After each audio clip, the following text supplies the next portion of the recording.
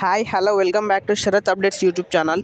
తెలంగాణ రాష్ట్రానికి సంబంధించినటువంటి కొత్త రేషన్ కార్డులు ఎప్పటి నుంచి పంపిణీ చేస్తారో తెలుసుకోవడానికి ఈ వీడియో పూర్తి వరకు చూడండి. అలాగే వీడియోని ఖచ్చితంగా లైక్ చేసి ఛానల్ని సబ్స్క్రైబ్ చేయండి. తెలంగాణ ప్రభుత్వం కొత్త రేషన్ కార్డులు ఇచ్చేందుకు సిద్ధమైంది. కానీ కొన్ని కండిషన్లు అయితే పెడుతుంది. అవేంటో తెలుసుకోకపోతే ఇబ్బంది పడతాం కాబట్టి అవేంటో ఈ వీడియో ద్వారా తెలుసుకుందాం. అప్పుడు ఖచ్చితంగా కొత్త రేషన్ కార్డు వచ్చేలా చేసుకోవచ్చు. తెలంగాణలో ఇప్పుడు ఏ మీ సేవా కేంద్రాన్ని చూసినా రద్దీగానే ఉన్నాయి. ప్రజలు పెద్ద సంఖ్యలో మీ సేవా కేంద్రాలకు వెళ్లి కొత్త రేషన్ కార్డుల కోసం దరఖాస్తు చేస్తున్నారు. ఎందుకంటే ప్రభుత్వం మీ సేవా కేంద్రాల ద్వారా దరఖాస్తు చేసుకోవచ్చు అని చెప్పింది. దాంతో సోమవారం రాత్రి నుండి ఈ కేంద్రాలు కిటకిటలాడుతున్నాయి.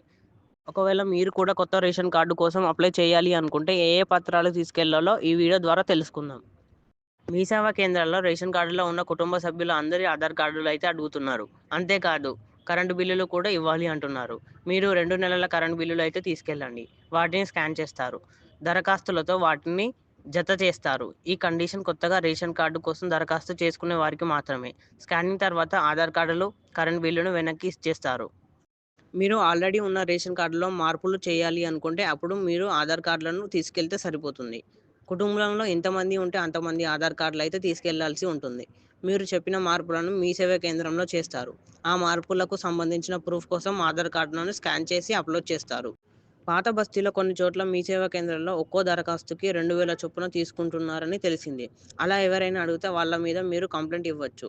ఎందుకంటే రాష్ట్ర ప్రభుత్వం ఒక్కో దరఖాస్తుకి రూ. 50 మాత్రమే మీ సేవలో చెల్లించాల్సింది అని చెప్పింది. కాబట్టి మీ సేవ సిబ్బంది కూడా రూ. 50 కంటే ఎక్కువ తీసుకోవద్దు. అంతకంటే ఎక్కువ ఫీజు అడిగితే వెంటనే అధికారులకు కాల్ చేసి కంప్లైంట్ ఇవ్వండి. ఒక్కో దరఖాస్తుకి 15 నుంచి 30 నిమిషాల వరకు టైం అయితే పడుతుంది. దరఖాస్తు చేయించుకునేవారు చాలామంది ఉన్నారు. దాంతో క్యూలో లైన్లు పెరుగుతున్నాయి. కొంతమంది మళ్ళీ వస్తామని వెళ్ళిపోతున్నారు. ఉదయం అందువల్ల త్వరగా వెళ్తే త్వరగా పనవుపోతుంది. దీనికి గడువు లేదు, తేదీ లేదు. కాబట్టి ఆందోళన అవసరం లేదు. దరఖాస్తు కోసం ముసలివారైతే వెళ్ళొద్దు. కుటుంబంలో యంగ్గా ఉన్నవారు వెళ్ళడం మేలు. ఇలాంటి మరెన్నో వివరాల కోసం వీడియోని లైక్ చేసి ఛానల్ని సబ్స్క్రైబ్ చేయండి.